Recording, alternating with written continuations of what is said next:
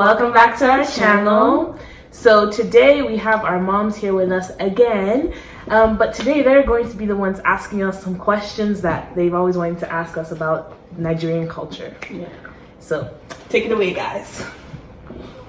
Hi. Oh yeah, you can introduce yourself. I'm Abiola Ojo, and for the youths, you can call me Mrs. Ojo. My name is Tinu Bankole. Nice to meet you guys. Thank you. Nice to meet you. Alright, so first question. Okay, and you guys didn't introduce yourself? Yeah, we did. They know who we are. This is our channel. Okay. So the first question I have for you guys today is, what aspect of our culture will you pass on to your children? And if any, what aspect will you refrain from passing on to your children?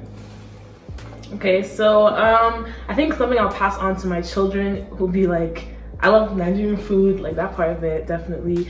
I will try my best to pass on the language. Hopefully I marry someone that's better at speaking Yoruba than I am, so that we can join our heads together and make sure that our kids still understand it. And then also, I think the togetherness and the family aspect of the culture. Like, I feel like in our culture, we support each other a lot, and you know, family is important. Family is like the center of everything. So I think that's big things I would pass on. Things I refrain from passing, just like some African mentalities, like I feel like just in terms of how like kids can't. I feel like sometimes in African cultures, African kids don't feel like they can approach their parents in certain situations just because like, oh, their parents are super strict. And I understand, like, yeah, you want to be a parent and not a friend, but I feel like parents also need to be a little bit of friends to their kids. Or how do you expect to, like, you know, help your kid and like guide them in a path if they can't even tell you what's going on in their life? So I think I want to change that a little bit. Okay. Same question. I'll respond to that, but the same question. For me, I think similar things as Debbie said. I would like to definitely pass on the language. That's number one for me, because I feel like language is the essence of a culture. To communicate with other people, the language, the food, also the sense of community. And one big thing is Nigerians, which is what we are. We're go-getters. We are very determined, and I think that's because we're coming from a hard place where, like, whatever opportunity you get, you jump on it. And that's like something a lot of Nigerians that I met have, and I just want to have that. I want to instill that in my children, so like they don't ever get complacent in pursuing a goal, whatever. Like this, it's never gonna be enough. Like, you just keep doing your best. And something that I would not be passing on is some parenting styles. Sorry, Mom. Go ahead. Okay, I just feel like, not my mom specific, just like Nigerian parenting in general.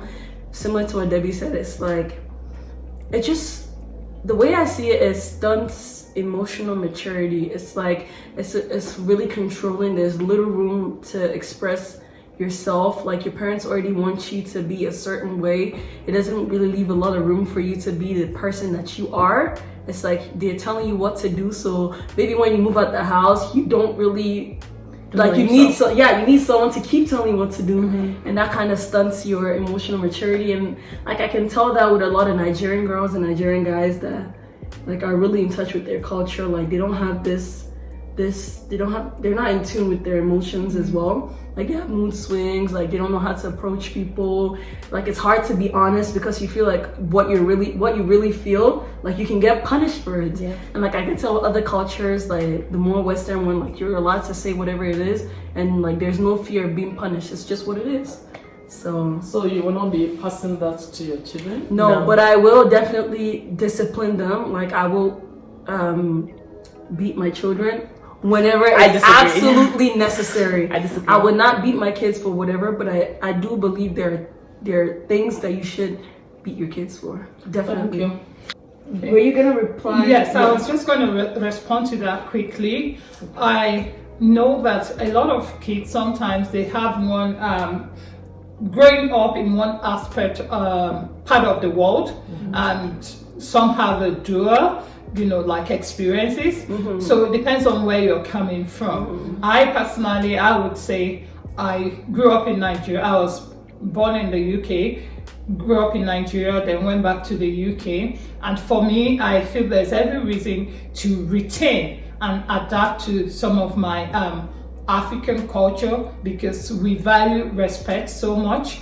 And I think that has helped me, to go a long way. And I learned something from my parents, as to not talking back, for example. That is not to say, You can't ask your questions. yeah, that is not to say you can ask questions, but you can ask it in a respectful manner. But I discovered that children of this age and they tend to be very rude and come across as nonchalant sometimes while they are speaking with their parents. So, which I think that is something that is worth looking into, as you guys tend to want to adapt to the Western culture. And I also think there's also something in the Western culture that I give kudos to African parents to some extent, is that we believe that you should be trained properly so that you are matured when you go out there, because out there's a lot of risks and there's a lot of crisis, and so we want you to be mature enough, under our roof before you go out there. And that is what you guys call as control. And I have seen that a lot of children that they go out they're kicked out of their home at the age of 18 or 19. Some of them don't do well, some do well, but most of them actually don't do well because they are not mature enough, to carry themselves out there emotionally and mentally. And so that has been a good challenge, especially when we're talking about mixed culture. So I think you will see where we're coming from. Okay. Thank you, Mom. So, Mom, please keep it short. Make it to 2 minutes. So the second question is, what aspect of your bringing do you find frustrating in terms of culture, and why? For me, I'd say two things. First of all, is a lot of pressure. Second is the part of respect, and I'm gonna briefly explain. So with the respect part, it's not Nigerian culture to believe that respect is earned. You believe that whoever is older than you, it could be one day, it could be 50 years, you have to respect them. And I understand the principles of respect, it's important, but I also strongly believe respect has to be earned. And I'm not talking about parents this time, I'm talking about like people outside your family. And second one, with pressure, I feel like with us being Nigerian and like being brought up here, there's a lot of pressure to succeed, a lot of unhealthy pressure to do the things that our parents could not do, and like since they made a lot of sacrifice. And I don't feel this pressure specifically, but I know as a Nigerian, I do have a lot of friends where like there's a lot of things like it's on their shoulder, like international students, for example, like they don't have room for failure, and it's okay to fail, right? But there's no room for that, right? So it's a lot of pressure with just carrying the family's name and like not letting your parents' effort to go to waste type thing. So that's a bit frustrating. And you, Debbie? Yeah, I definitely agree with that. I think pressure is like a big one, because I feel like our parents grew up a certain way and they brought us to this country and they want to make sure that like, we do like better than them. And of course, every parent wants their kids to do better than them, but sometimes like they forget that that's putting a lot of pressure on the child. Like we're still gonna fail, we're still gonna make mistakes. It doesn't mean we're not gonna reach like our full potential and all these things, but we're still gonna make some mistakes that you even made, we're gonna make them again. And when and when we say fail, we don't mean like you fail a class, we mean like major things that there should be rooms for those things. Like you don't want us to feel fine, but there's sometimes that it's just part of life. Yeah. Do you agree? I do agree with that. agree? Well, when you make a costly mistake in life that you cannot turn back, or that cannot be corrected, then that's a big thing. You see, pressure. I agree that there are some pressure, yeah, and I agree that being trained from in a dual culture or perspective, it also brings some pressure. Yeah. But the fact remains that many a time you like Mommy have earlier said that you feel that we are overprotective of you and we don't want you to make your mistakes, we don't want you to fail. yes, it's good to fail, but one thing is that we don't want a situation where failure will be, I mean, a norm for you.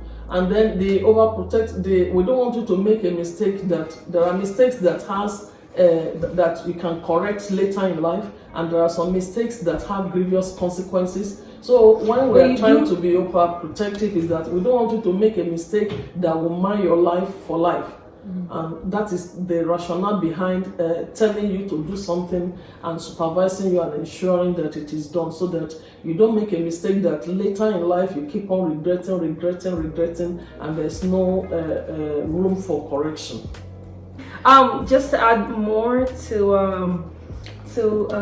the pressure part, I think you guys need to be confident in the upbringing that you've given to us. Yeah. And like, you should know that at a certain age, there's only so much you can do at this point, right? So at this point, I'm not gonna say my age, but at this point, like, my mom should not be scared that I'm gonna choose the wrong partner, because you should be confident with the upbringing that you've given me and the way you've raised me, right? If I was to make, like, at this point, it would be really hard for me to make a mistake that will ruin my life. Like, there's so many mistakes that you make and you will be fine. And there's just a few ones that you have to actually be so blinded by that it will ruin your life. So I just think, like, the overprotectiveness and the chances of, like, ruining your life, it's not matching. In my opinion, I think mothers have, like, a continuous, responsibility and concern for their children, like, till the day they leave this world. So I think it's not limited to age. So I just think that. That's fair. Okay. In what way do you think parents can be honored? In what way do I think parents can be honored? I think through our actions and, like, our appreciation towards our parents. Like little things too. Like, it doesn't have to be like, oh, I bought my mom a car or something. Like, it just little things, like the way we treat our parents, the way that we show love to them. Like, oh, mom, I made you breakfast this morning, or oh, mom, I cooked you dinner, or like little things here and there.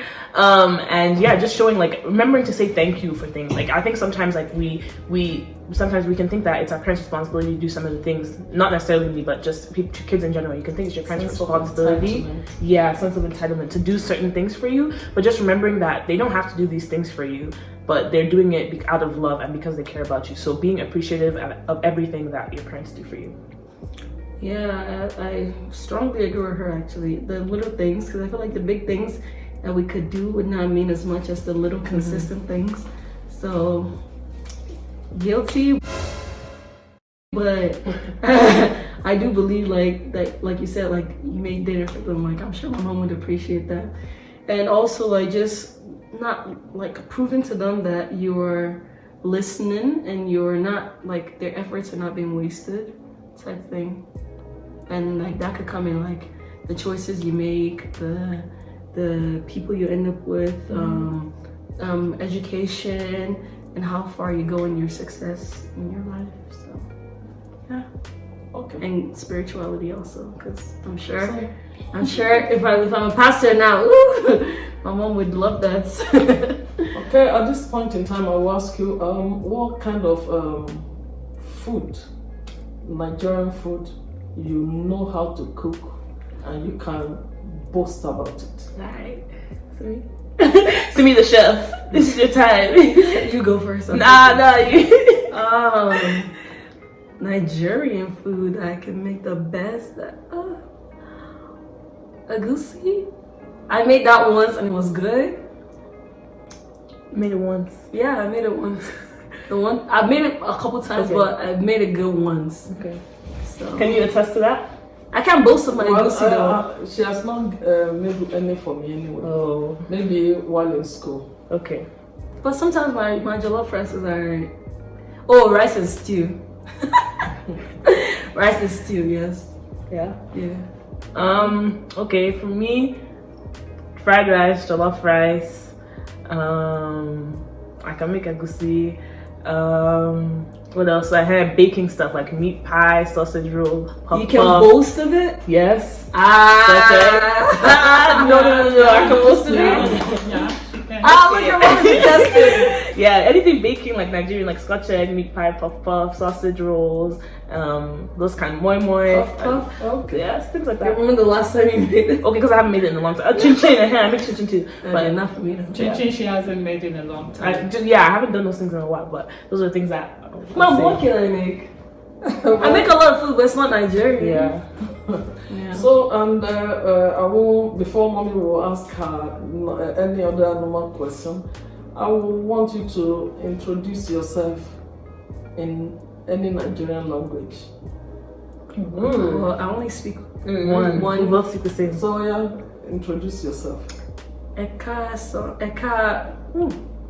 Simi. Kúrọ̀lẹ́, orúkọ mi ni Simi. Mo dẹ̀ wà ní ilé mi pẹ̀lú ọ̀rẹ́ mi, màmá mi àti màmá ọ̀rẹ́ mi. A dẹ̀ ń ṣe fídíò yìí sí. Wọ́n dẹ̀ rẹ́rìn-ín torí pé wọ́n rò pé mi lè sọ dáadáa, mo lè sọ dáadáa. Nami. Alright. Wow. That's good, eh? Wow. Okay. Say something funny. Something funny? Okay. Ekurole, Debbie lórúkọ mi.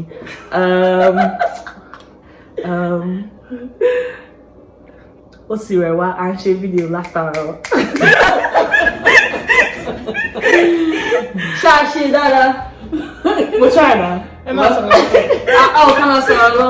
Comment àwọn èèyàn yá jẹ́ kẹ́ mọ score yìí. Tá bá ṣe dáadáa kẹ́ score wa ní ìsàlẹ̀. Yeah, that's it. Guys, for the record, I did not grow up in Nigeria. My Yoruba has K-leg. But you do very good. Mọ́mí máa sọ àwọn nǹkan kan nísìn, so wọ́n sọ̀rọ̀. Mom, say it in English so they can understand. Okay, mommy will say some things in English, Okay. and no, mommy will say some things in any of the Nigerian language. Oh. Then you will interpret what she meant in English, Okay. letter to letter. Okay. Then I also will say some things. Then you will translate to it in English. What do you mean any Nigerian language? Well, let me say in Yoruba. Okay, Mommy yeah. will just say some things in Yoruba. Then you will now interpret. Then I also will say some things in Yoruba. Okay. I'm ready. Ìgbà wo lẹ padà sílé ìwé? When are you going back to school? Why are you looking at me? Because we're actually together. Oh, Yeah. yeah. Mommy, jẹ́ kó jinlẹ̀ díẹ̀. When are you going back to school? Okay. Okay. Next. Nígbà tí mò ń lọ ra ẹja díndín lánàá, mo bá ṣubú. Bí mo ṣe ṣubú, mo wá rí gbogbo àwọn aládùúgbò wa wá. Wọ́n wá bẹ̀rẹ̀ sí ní bẹ̀ mí, wọ́n bá mi fi ọwọ́ wọ́ ara. Okay. I forgot something. But when I was going to the market to buy dry fish. to buy fried fish, Yeah. Right? Yeah. fried Okay. fish, I fell, And and after I fell, the whole of the village, like the community, I don't know, the community rushed to me. They were petting me, like they were begging me. yeah, well, petting me. They were helping me to rub my body, like. One bear is. But like I mean, like it's not literal. Like it's like yeah, like they were petting me, comforting me, and helping me to rub my body. Yeah. Look at this. Somebody come look at this. Look at this. Somebody come and look at this. Look at this. We got it? That's at least 80%. It was hard to remember all of that. Yeah, it's a whole story. I want to ask this last question, or maybe before the last. Do you need to be told in advance before you perform responsibility in the home? Your parents were going to send you on an errand or to do anything. Do you need to be told in advance? I think yes. I think yes. Like it's just a matter of like if I need you to do something for me, mom, I'm gonna give you like, oh, mom, tomorrow I'm going to so and so. Could you drive me or something? Like, I'm gonna tell you so that you can plan it. Same thing. If you need me to do something, you should tell me ahead of time. There's some times where obviously you may not be able to tell me ahead of time, but as long as I'm free, I'll do that thing. But also, we have our own lives too. Like, we have plans for ourselves. We work. We do other things. We make plans for our day too. So when we're younger, obviously, we're staying at home from 9 to like we're not going anywhere. But now that we're older, we also plan our lives as well. So just so that like there's no issues and so that everything is good, it's just communication, right? Oh, tomorrow Debbie, I need you to help me do this and do this and do this to do this. I'll say, okay, mom, yeah, I can fit it into my schedule here, here, and here. Same way, if I need you to do something, hey mom, tomorrow I actually need help with this and this. Can you help me? So that way I'm giving you time. Not that tomorrow will come and I'll be like, mom, I need your help now. Like, right. Yeah, definitely you need to let me know ahead of time, because even with my mom, like, if I need something from her, she needs at least 24 hours. So I would really appreciate the same if my mom, same energy. So if like, just to like, mom, come on, like, I deserve to at least know ahead of time that you need me to do something that's not like just take the garbage out. If it's something like take the garbage out or bring the groceries in, that's fine. But if it's like you need me to make more and more. If you need me to cook more and more, then I would really appreciate it. If a local man come for your hand in marriage, what will be your first impression? Local, describe local. Like village Nigerian, like village guy. Somebody, yeah. Next. Absolutely not. Nope. I'm not doing it. Nah. No. Even if it's God's will. Okay, then Okay, now we're talking different, but if it's, I would need him to live here for at least 5 years. yeah, like it's different. It's so much like the way I am. Like I'm sorry, like that'd be I an don't awkward think marriage, innit? Yeah, like no. I don't think we can vibe together. Like it won't work. Like unless I guess if it's God's will, then well, my hands are it won't even be God's will. God's not gonna give me what I don't want. No, God might give you what you don't want. Yeah. Well, what I think I don't want. Okay. God may give you what you need. Okay, but I would really prefer not to have a village boy. Yeah, no. Because then there's some things, that expectations that I would not. It's gonna be. We're gonna fight a lot. Yeah, period. yeah. It just won't work. Because there's some level of respect that he demands. Yeah. And like you guys rightly said, like we grew up here. Like we're kind of half of Nigerian culture, half of like Canadian culture, just because like we grew up here. Like So this is what we know. So thank you. That's all our question for now. Okay. Thank you guys for honoring our invitation. Yes. We really had fun. Let us know if you guys have enjoyed the videos with our parents. Maybe we'll bring them back for another video. Yeah. Or suggest other topics that you would like us to discuss. Yeah, and actually we have something special coming up with our fathers. Yeah, Stay tuned. stay tuned for that. So please like, Comment, share, and subscribe. Thank you guys. And we'll see you in the next video. Bye. Well, you never do this.